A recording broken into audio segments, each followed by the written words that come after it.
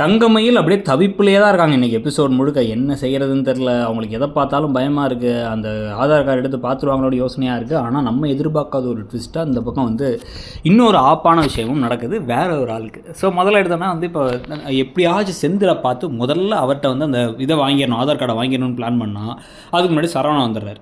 வந்தவர் என்ன பண்ணுறாரு, இவங்க அம்மா அப்பா வந்து ஆட்டோ ஏற்றி அனுப்பிவிட்றோன்னா அவங்களுக்கு ஆட்டோ காசே இல்லை.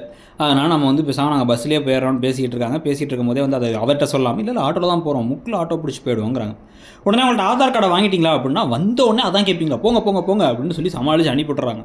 உள்ளே போய் பார்த்தா எல்லாரும் உட்காந்துருந்து எப்படா வருவார்னு சொல்லிட்டு பார்த்துட்டு இருந்தால் செந்தில் வந்துட்டார். வந்ததுக்கப்புறமா செந்தில் கையில் இருக்கிற அந்த ஆதார் கார்டு அந்த பர்ஸை வந்து அவர் டேபிள் மேலே வச்சோன்னே அதை எடுத்துடலாம் அப்படின்னு நினச்சி இவங்க போக அதை எடுத்து அதில் வந்து ஆதார் கார்டு மட்டும் எடுத்து வச்சுக்கலாம் நேராக போக அந்த சமயத்தை வந்து பார்த்திங்க அப்படின்னா வந்து கரெக்டாக அங்கே பாண்டியன் வந்துட்டு அவர் என்ன கேட்குறாருன்னா வந்தது வராதமாக அவர் வந்து ஏற்கனவே ஒரு நாள் 1000 ரூபா குறைச்சில கணக்கிலங்கும் போதே பயம் வந்துருச்சு இந்த பக்கம் செந்தில் கதிர் இவர் பழனிவேல் எல்லாத்துக்குமே. அதே நாளில் வந்து என் அக்கௌண்ட் வந்து 10,000 ரூபா கம்மியாகிடுச்சுங்கிறாங்க, இதெல்லாம் எடுத்தியாடா நீ உண்மையை சொல்லு அப்படின்னு கதிர்கிட்ட டேரெக்டாக கேட்குறாரு. எல்லாமே இவன் வந்து அதே நாள் தான், அதனால் இவன் சொல்லணும் இப்போ அப்படிங்க. டக்குன்னு வந்து என்னமாம்மா அதுக்குன்னு அவரை எடுத்துருப்பாருன்னு மீனா வந்து எல்லாம் சொல்ல இவன் தான்ப்பா வந்தான் என்னைக்குள்ளதான் வந்தான் சொல்கிறான்னு கேட்டுட்டு இருக்கும் போதே டக்குன்னு ராஜி நல்லா இருக்குமாம்மா நல்லா இருக்கு, எல்லாத்துக்கும் அவர் மேலே பழி போட்டால் எப்படி, எத்தனை நாளாக வந்து கடையில் வேலை பார்த்தாரு அப்புறம் இந்த மாதிரிலாம் பணம் எடுத்துருக்காரா அப்படி இப்படின்னு சமாளிக்க உடனே அவங்க சரி சொல்லிட்டு சரி விடுப்பா பழி போடல ஆனால் தெரிஞ்சிடும்ல நாளைக்கு பேங்க்லேயே போய் கேட்டால் யார் எடுத்தா என்னன்னு இது தெரிஞ்சிடும்ல அப்புறம் பார்த்துக்கிறேன்ட்டாங்க. மாட்ட போரா இருக்காதுங்கிறது ஒரு பக்கம். இன்னொரு பக்கம் ராஜி வந்து உங்கள் அப்பா அவ்வளோ பேசுகிறார் அமைதியாக இருக்க அப்படின்னா எங்கள் அப்பாவுக்கு எனக்கு இடையில 1000 இருக்குன்னு இப்பயும் வந்து கதிர் பேசுகிறாரே தவிர அவருடைய பயத்தை இப்போ இன்னொரு பக்கம் மாட்டிக்க போகிறோன்னு பயம் வேறு அவருக்கு வந்துருச்சு.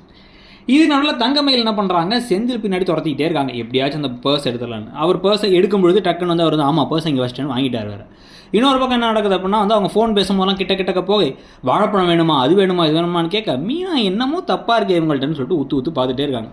பார்த்துட்டு இருக்கும் போதே டவக்குன்னு திரும்பிடுறாரு இவங்க பயந்துடுறாங்க, ஏன்னா கையில் அப்போ தான் பர்ஸ் எடுக்கலான்னு போனாங்க. அப்போ மீனா வேறு வந்துட்டு என்ன காய்ச்சி உங்களுக்கு அப்படின்னா ஒன்றும் இல்லை அப்படிங்கும் போதே நான் உள்ளே போய் ஒர்க் பண்ணிக்கிறேன்னு சொல்லிட்டு என்ன பண்ணுறாரு செந்தில் அந்த பர்ஸை வாங்கிட்டு போயிடுறாரு. இப்போ என்ன பண்ணுறதுனே தங்கமயிலுக்கு தெரியல. மாட்டோம்னு நினச்சாலும் அதை எடுத்து யாராச்சும் பார்த்துட்டாங்க அப்படின்னா என்ன பயமாக இருக்குது அப்படின்னு ரொம்ப அவங்களுக்கு பயமாக இருக்குது.